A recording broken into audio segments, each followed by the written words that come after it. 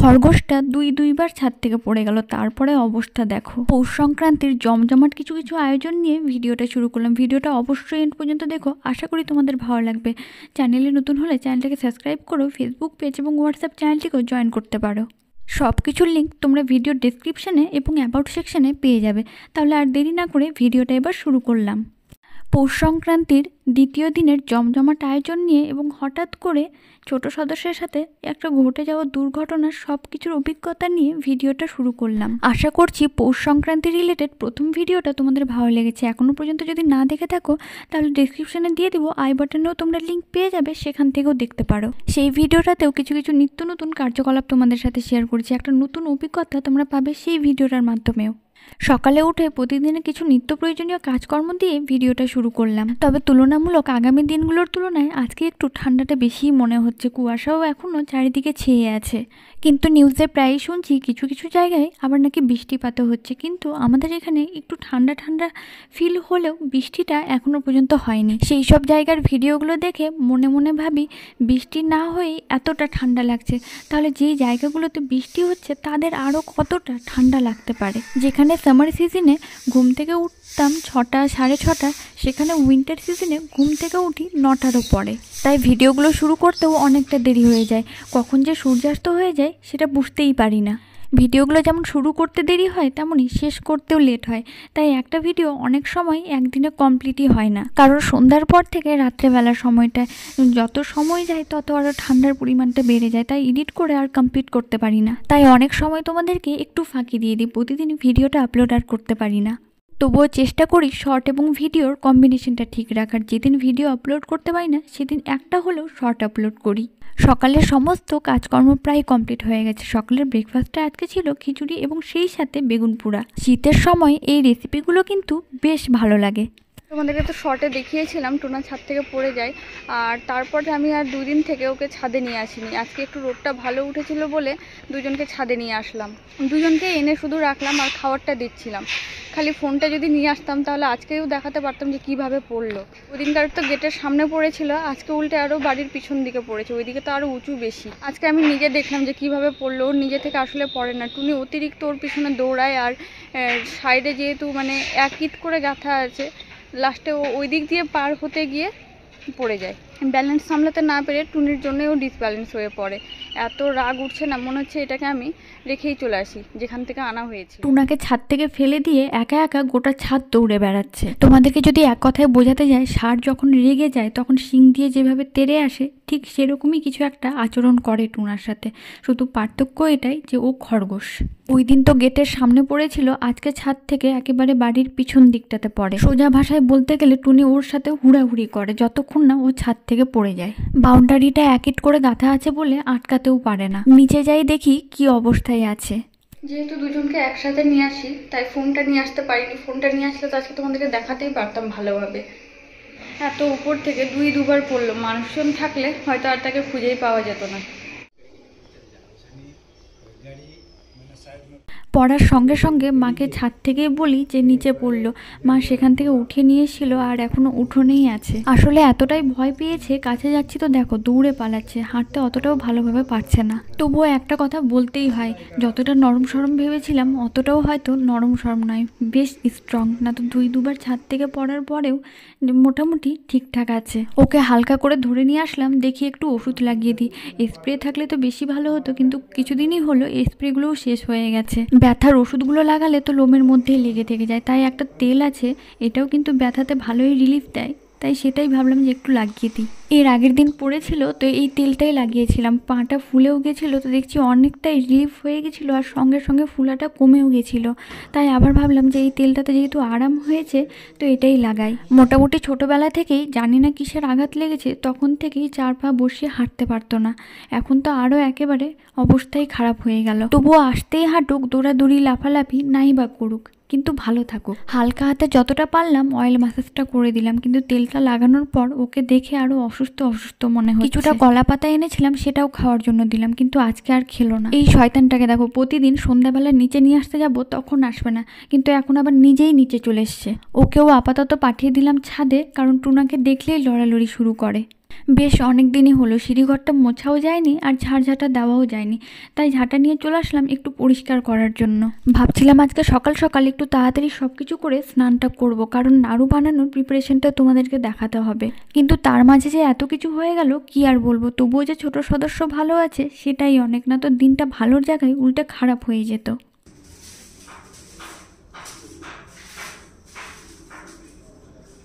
স্নান খাওয়া সব কিছু কমপ্লিট হয়ে গেছে। আপাতত কিছুক্ষণ পরে পৌষ সংক্রান্তি উপলক্ষে মোয়া বানানোর প্রিপারেশন শুরু হবে।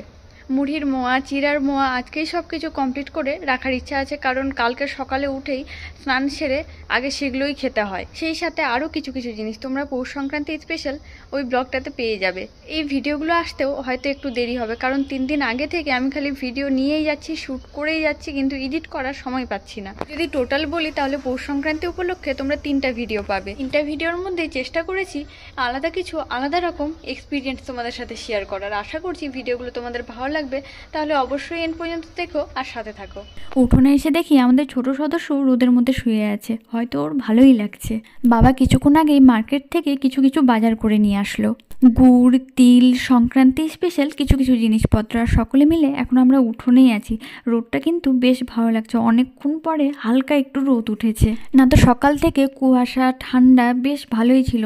তবে বেশি সময় নষ্ট করে লাভ নেই, চলো এবার নাড়ু বানানোর প্রিপারেশনটা তোমাদের সাথে একটু শেয়ার করি।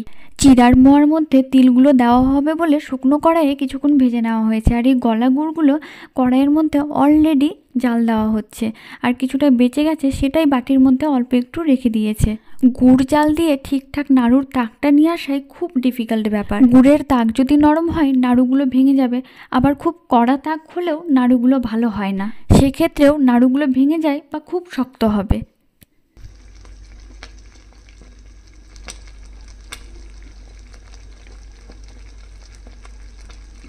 তবে মুড়ির মোয়া করার জন্য গুড়ের তাকটা অতটাও কড়া প্রয়োজন হয় না, ঠিকঠাক হলেই হয়ে যায়। কিন্তু চিড়ার মোয়াটার জন্য একটু ভালোভাবেই তাকটা করতে হয়, কারণ চিড়ার মোয়াটা খুব সহজে হতে চায় না। আর পৌষ সংক্রান্তি আসলে আমাদের মধ্যে গুড়ের মোয়া, চিড়ার মোয়া এই সমস্ত কিছু কিছু আয়োজন করা হয়। আরও ছোটোখাটো অনেক রিচুয়াল আছে, সেটা তোমরা নেক্সট ভিডিওতে পাবে। গুড় জাল দিতে দিতে মুড়ির মোয়া করার জন্য মা কিছুটা মুড়ি কুলো দিয়ে পরিষ্কার করে নিচ্ছে, কারণ বালিগুলো থাকলে সেটা আর নাড়ুর মধ্যে ভালো লাগবে না। মুড়ির সেই বালিগুলো দাঁতে পড়লে নাড়ুগুলোই আর খাওয়া যাবে না।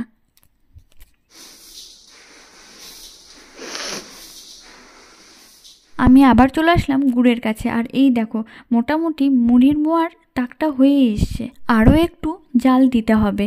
গুড় থেকে যখন রাশি রাশি তার বেরিয়ে আসবে তখন বুঝতে হবে যে মোয়ার তাকটা হয়ে এসছে। হাতে নিয়েও তোমরা দেখতে পারো, অনেকে আবার জলে দিয়েও ট্রাই করে। মুড়ির মোয়াটা তৈরি করার জন্য গামলার মধ্যে প্রথমে অয়েল ম্যাসাজ করা হলো, এতে নিচে লেগে যাওয়ার সম্ভাবনাটা খুব কম থাকে। মুড়িগুলো দেওয়ার পর এবার সেটার মধ্যে গুড়গুলোও দেওয়া হবে। গুড়টা জাল দিতে দিতে দেখো কালচে হয়ে এসে, তবে আমাদের গুড়ের তাকটা কিন্তু হয়ে গেছে, এবার শুধু মোয়া বানানোর দেরি। তবে তোমাদের মুড়ির মোয়া বেশি ভালো লাগে না চিড়ার, সেটা একটু কমেন্টে বলো। আমার তো মুড়ির মোয়ার তুলনায় চিড়ার মোয়াটা একটু বেশিই ভালো লাগে।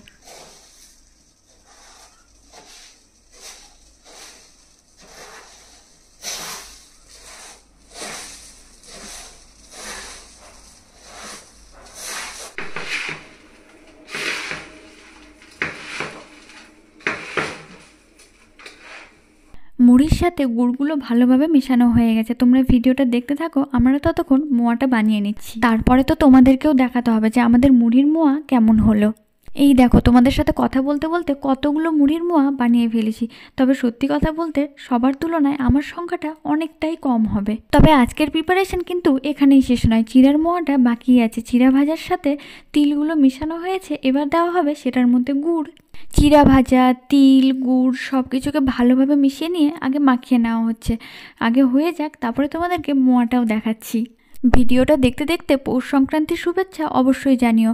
আর পৌষ সংক্রান্তিতে তোমরা কি কি করে থাকো সেটা কমেন্টে বলো। যদি তোমাদের রিচুয়াল ভালো লাগে তাহলে নেক্সট ভিডিওতে তোমাদের কমেন্ট ডিসপ্লে করব। তাহলে আর দেরি কিসে, তাড়াতাড়ি কমেন্ট করো।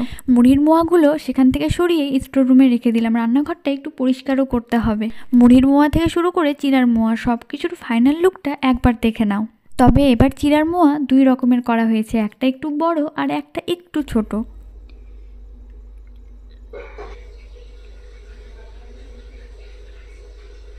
এই দেখো ছোট সদস্যের এখন একটু সেবা যত্ন চলছে।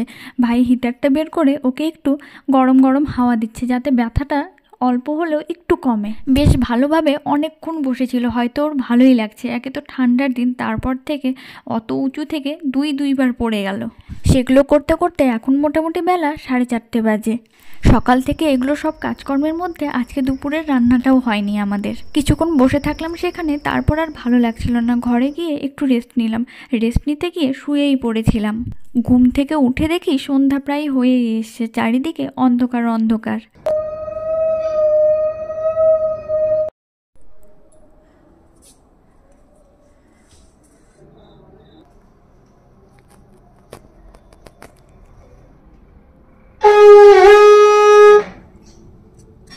সন্ধ্যা নামার সাথে সাথে ঠান্ডাটাও একটু বেশ বাড়তে শুরু করেছে। এখন হাতে পায়ে প্রয়োজন ছাড়া জল দিতেও ভয় লাগে। Good evening everyone. তোমাদেরকে তো ভিডিওতে একটু আগে বললামই যে আজকে দুপুরে রান্না হয়নি, তাই মা এখন সন্ধ্যাবাতি দিয়ে এসে বসিয়েছে একটু রান্না রান্না হচ্ছে গরম গরম ভাত এবং আলু ফুলকপি সব কিছু দিয়ে একটা ঝোল তরকারি। ভাবলাম যে একটু পেঁয়াজি করি, সেই জন্য বাটিতে একটু আতপ চালের গুঁড়ো এবং বেসন নিয়ে নিয়েছি, সেই সাথে পেঁয়াজগুলোও কেটে নিয়েছি। পেঁয়াজগুলো হালকা হাতে একটু ম্যাশ করে করে দিয়ে দিলাম। ঠান্ডার দিনে পেঁয়াজির সাথে যদি ধনেপাতার ফ্লেভারটা অ্যাড করা যায় সত্যি সেটা আরও টেস্টি হয়। সেই জন্য একটু ধনেপাতা কুচি এবং কাঁচা লঙ্কা কুচি অ্যাড করে দিলাম।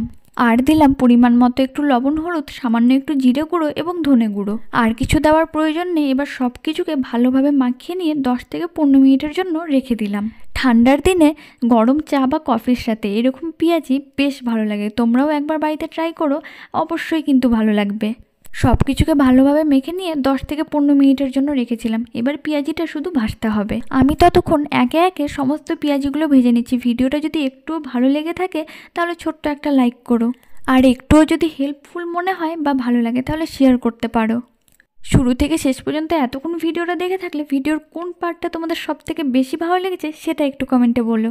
দেখো তোমাদের সাথে কথা বলতে বলতে সবগুলো পেঁয়াজি ভাজা হয়ে গেছে। দেখতে যতটা ভালো লাগছে খেতেও ততটা ভালো লাগছিল। বাড়িতে না ট্রাই করা পর্যন্ত তোমরা বুঝতে পারবে না।